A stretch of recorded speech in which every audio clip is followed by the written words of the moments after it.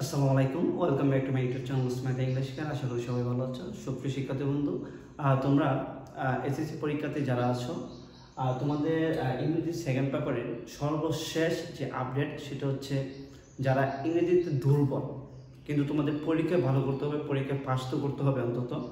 তো কীভাবে তুমি গ্রামার পার্ট আর হচ্ছে রিটেন পার্ট আনসার করলে তোমার পাস মার্ক নিশ্চিত থাকবে, পাশাপাশি হচ্ছে ভালো একটা রেজাল্ট করতে পারবা, সেটার উপর ভিত্তি করে আজকে এই ক্লাসটি সাজিয়েছি। আর যারা এই মুহূর্তে আমার ভিডিওটি দেখছো অবশ্যই আমার চ্যানেলটিকে সাবস্ক্রাইব করে রাখো, নতুন নতুন ভিডিও আপডেটতে বেল আইকনে ক্লিক করে রাখো, তাহলে তোমাদের সময় নষ্ট করবো না আর সরাসরি আমরা ক্লাসে চলে যাব। তো এখন দেখো, এই সাজেশনটা আমরা প্রথমেই গ্রামার পার্টটা নিয়ে আলোচনা করবো। এই গ্রামার পার্টে তোমাদের যেটা আছে সেটা হচ্ছে তোমাদের সহজ যে টপিকটা আছে ওইটা থেকে আমি সিরিয়ালে এটা সাজিয়ে দিয়েছি তোমাদের জন্য। তুমি পরীক্ষায় তুমি মনে করো 1 নং তুমি পারতেছো না, 2 নং তুমি পারতেছো না, তো তোমাকে তো আনসার করতে হবে, তাই না? তো তুমি কীভাবে আনসার করবে? তুমি সর্বপ্রথমেই এই টেক কোশ্চেন আনসার করবো। ওকে, তো এই টেক কোশ্চেন তুমি শুরুতে দিয়ে দিবা। এরপর হচ্ছে তুমি কী করবা, 2 নংয়ে তোমাদের যে নেরেশন থাকবে, ঠিক আছে? তুমি অন্যগুলো তো পারতেছো না, তোমাকে তো দিতে হবে।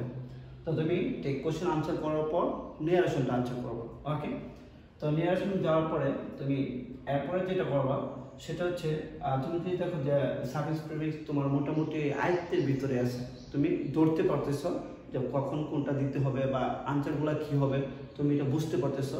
তো তুমি অন্য কোথাও আর টাচ না করে তুমি সার্ভিস প্রিফিক্সটা দিয়ে দাও। ওকে, তো তুমি 3-এ তুমি দিয়ে দেবো হচ্ছে সার্ভিস প্রিফিক্স। এরপর তুমি যেটা করবা সেটা হচ্ছে কমপ্লিটিং সেন্টেন্স। আমরা কম বেশি কমপ্লিটিং সেন্টেন্স সবাই পারি, তো কিছু তো অলরেডি পারো, কারণ কিছু তো বোর্ড কোশ্চেন পড়ে যাচ্ছে, ঠিক না? তো আমি বলবো তোমরা এই সিরিয়াল মেনটেন করে যদি আনসার করতে পারো তাহলে তোমাদের জন্য খুব সহজ হয়। তো তুমি এরপরে কী করবা, এই কমপ্লিটিং সেন্টেন্সটা আনসার করে ফেলবে। এরপর হচ্ছে তোমাদের ক্যাপিটাল অ্যান্ড পাংচুয়েশন। অনেক সময় তোমার দেখা গেছে সার্ভিস প্রিফিক্স অথবা কমপ্লিটিং সেন্টেন্স না, এই দুইটা তুমি যদি মনে করো যে না আমি এটা পরে দেবো, আমি এটা আগে দেবো, ক্যাপিটাল অ্যান্ড পাংচুয়েশন দেবো টেক কোশ্চেন এবং নেরেশনের পরে, এটাও তুমি করতে পারো। কিন্তু এরপর তোমার সার্ভিস প্রিফিক্স কমপ্লিটিং সেন্টেন্স এগুলো তুমি দিতে পারো। এখন প্রশ্ন হচ্ছে আমি কেন তোমাকে এগুলো বলতেছি যে তুমি টেক কোশ্চেন আগে দেবা, সার্ভিস প্রিফিক্স আগে দেবা, ক্যাপিটাল পাংচুয়েশন এগুলো আগে দেবা।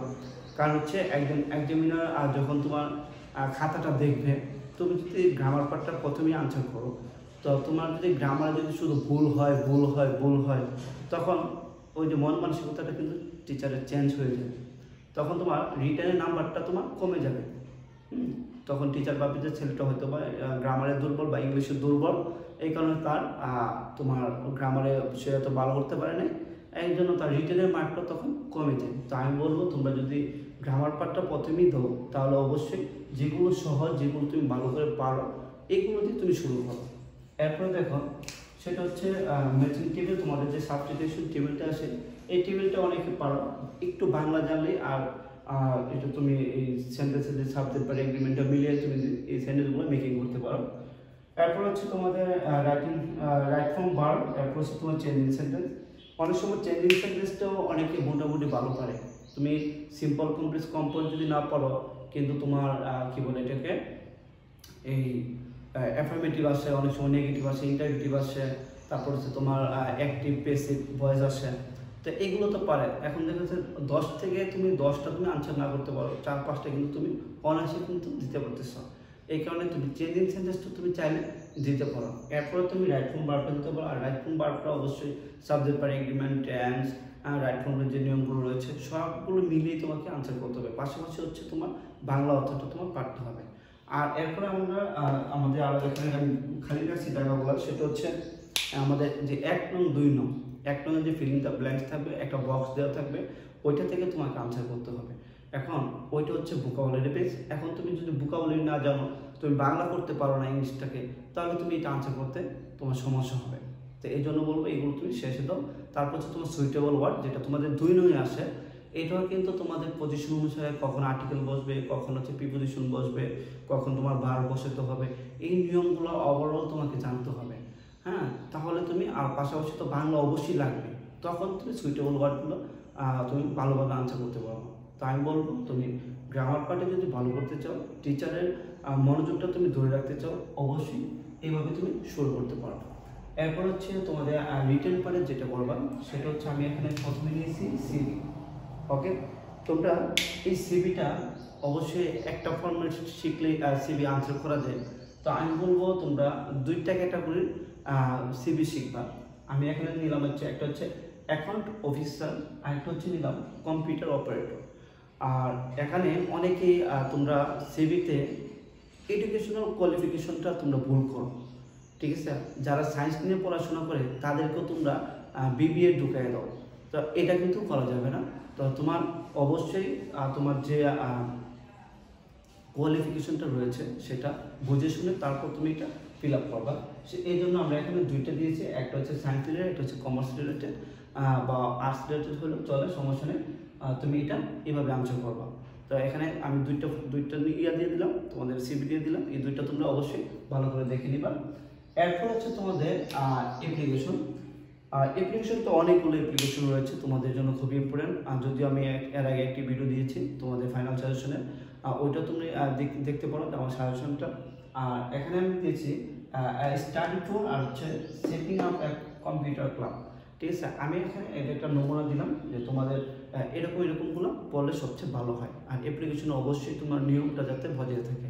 অ্যাপ্লিকেশনে ফুল মার্কস তোমার ডিপেন্ড করে হচ্ছে তোমার নিয়মটা ঠিক আছে কিনা। তুমি যদি নিয়মটা ঠিক রাখতে পারো আর ভিতরে যদি সেন্টেন্সগুলো মেকিং ভালোভাবে করতে পারো, অবশ্যই তুমি ভালো একটা মার্কস পাবো। তো এরপর হচ্ছে তোমাদের প্যারাগ্রাফ।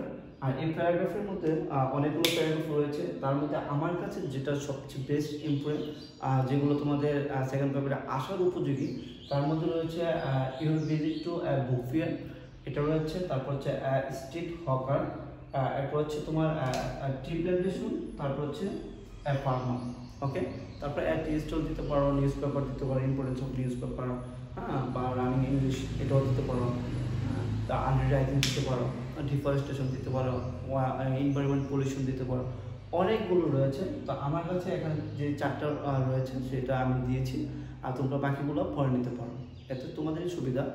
আর রিটেন পার্টে ভালো করতে গেলে অবশ্যই একটু বেশি পড়তে হবে, এর কোনো বিকল্প নেই।